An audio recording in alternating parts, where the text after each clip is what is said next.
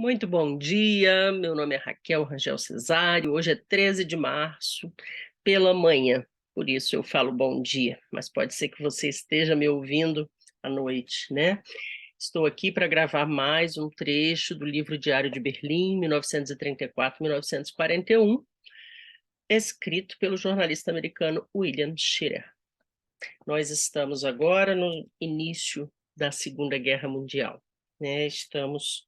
Hoje leremos o trecho que William Shirer escreveu em 22 de setembro de 1939, portanto, no primeiro mês de guerra. E ele nos escreve de Berlim. Vamos lá? O Deutsche Allgemeine Zeitung, comentando a mensagem de Roosevelt ao Congresso, pedindo a suspensão da lei de neutralidade, diz o seguinte, abre aspas, a América não é Roosevelt, e Roosevelt precisa curvar-se diante do povo americano. Fecha aspas. Ainda ontem, o Borsen Zeitung descobria algumas esperanças naquilo que chamou, entre aspas, frente da razão nos Estados Unidos.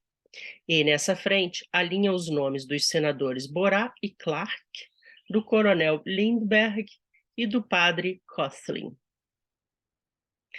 Berlim, 23 de setembro de 39. O general Werner von Fritsch, o homem que construiu o moderno exército alemão, retirando-se da ativa pouco antes do Anschluss, por ter divergido de Hitler no tocante ao ataque contra a Áustria, foi morto em ação de fronte de Varsóvia. Um fato algo estranho. Von Fritsch estava sem comando, mas encontrava-se junto ao regimento do qual era coronel honorário. A partir de depois de amanhã vão ser distribuídos os novos cartões para racionamento de víveres. Assim, o povo alemão passará a receber semanalmente as seguintes quantidades de gêneros alimentícios: 460 gramas de carne, 2,3 quilos de pão, 350 gramas de gordura, 350 gramas de açúcar e 460 gramas de café sintético, feito de sementes torradas de cevada. Os trabalhadores braçais serão contemplados com rações duplas. E o Dr. Goebbels, homem inteligente, resolveu classificar os correspondentes estrangeiros como trabalhadores braçais. Aqui, pessoal, ele fala da morte do general von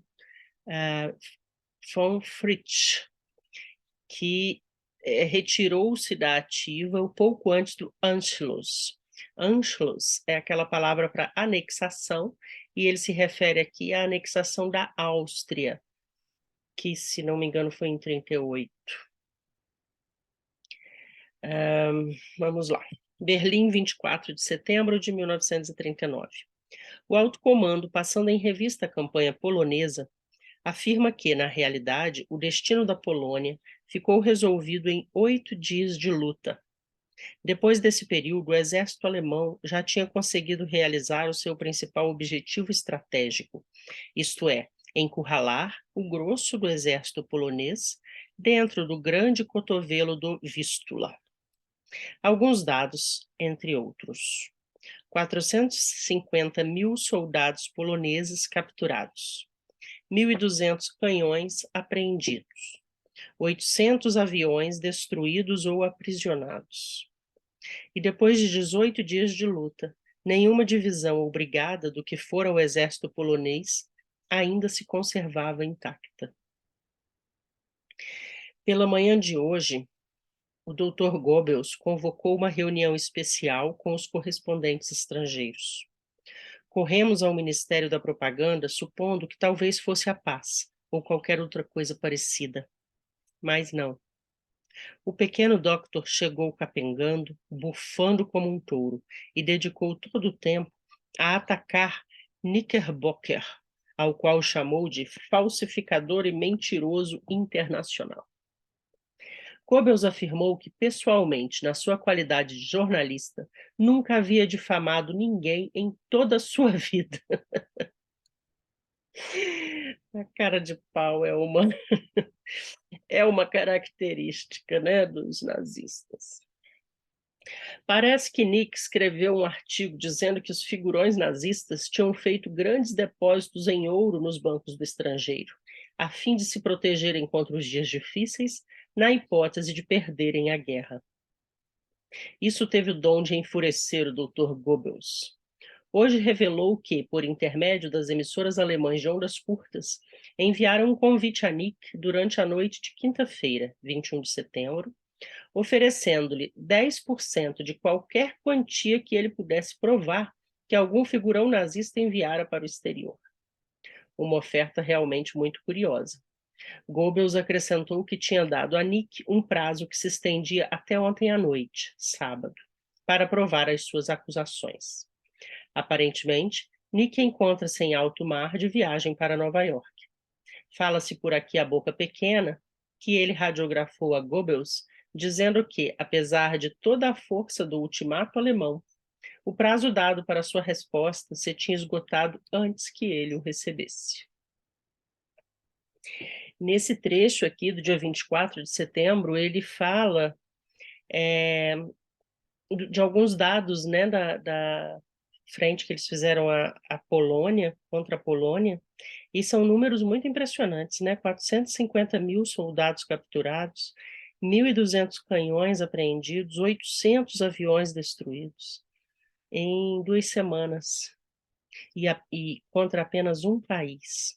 A guerra realmente é muito impressionante, né? O tanto de dinheiro que gasta, a quantidade de coisas que destrói, e o quanto de dinheiro que se investe nessa destruição, né?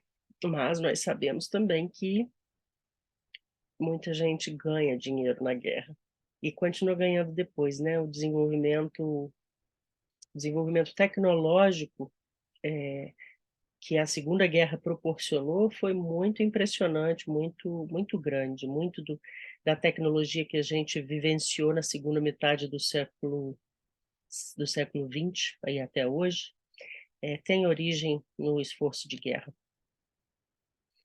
Vamos lá, Berlim, 26 de setembro de 39. Hoje cedo foram realizados nesta capital os funerais de von Fritsch. Os funerais de von Fritsch. Chovia. O dia estava frio e nublado. Um dos piores dias de que me lembro em Berlim.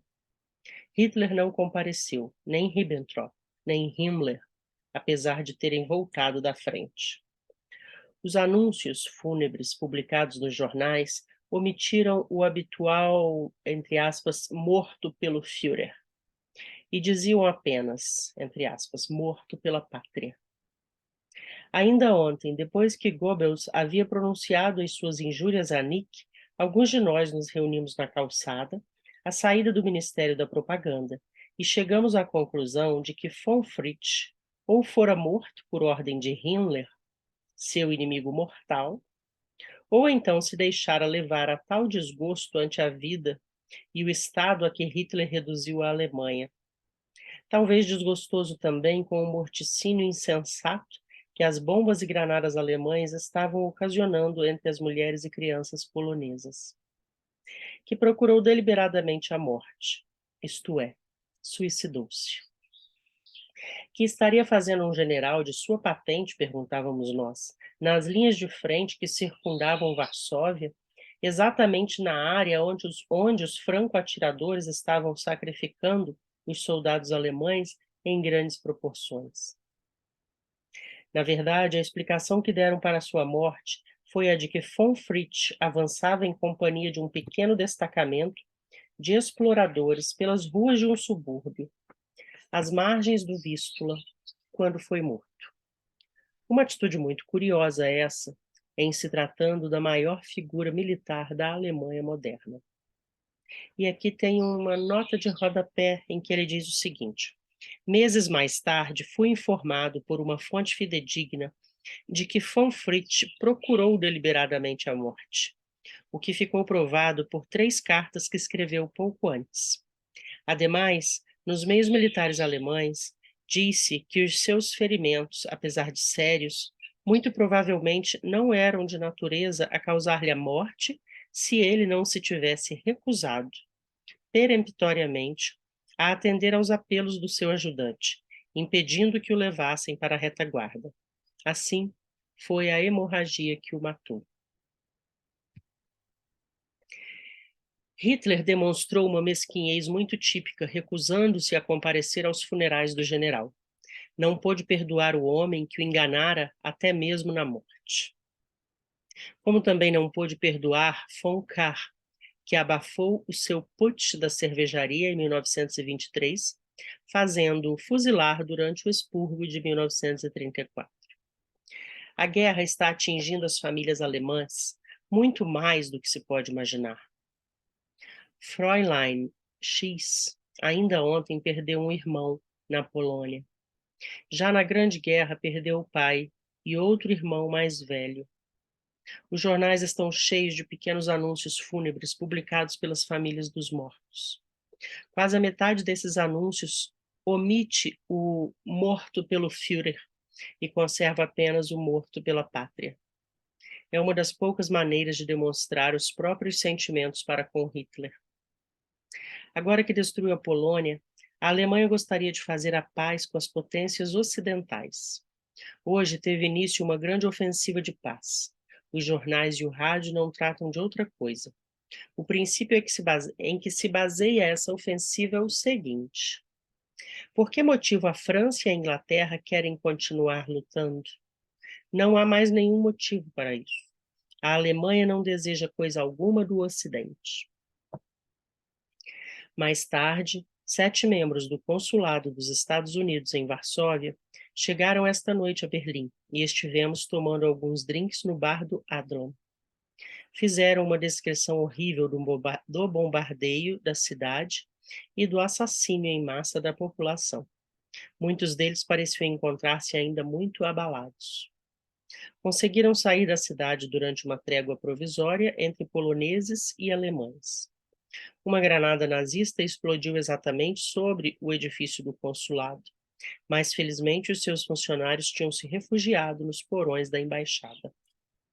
Foram impostas hoje novas restrições sobre o vestuário. Se eu encomendar um novo terno, o alfaiate terá de cortá-lo de uma peça de tecido que mede exatamente 3,10 metros por 1,44. Além disso, os jornais anunciam que ninguém mais poderá mandar pregar meias solas em seus sapatos. Não existe mais couro. Assim, deveremos esperar por um novo substituto que ainda não foi posto em uso. Ademais, de que forma é possível fazer a barba? Um novo decreto diz que somente se poderá conseguir um novo sabão de barba ou um tubo de creme para barbear para os próximos 4 meses. Diante disso, vou deixar crescer a barba. Berlim, 27 de setembro de 1939. Depois de uma heróica resistência, apesar de inútil, Varsóvia veio finalmente a capitular hoje. O alto comando anuncia que o comandante polonês da capital propôs a rendição pela manhã de hoje, depois de ter ficado impressionado pelo ataque alemão. Entre aspas, ter ficado impressionado pelo ataque alemão. No decorrer da primeira batalha travada entre uma esquadra e esquadrilhas de aviões, abre parênteses, durante muitos anos, os almirantes e pilotos gastaram rios de tinta sobre o problema da vulnerabilidade dos navios de guerra aos ataques aéreos. Fecha parênteses.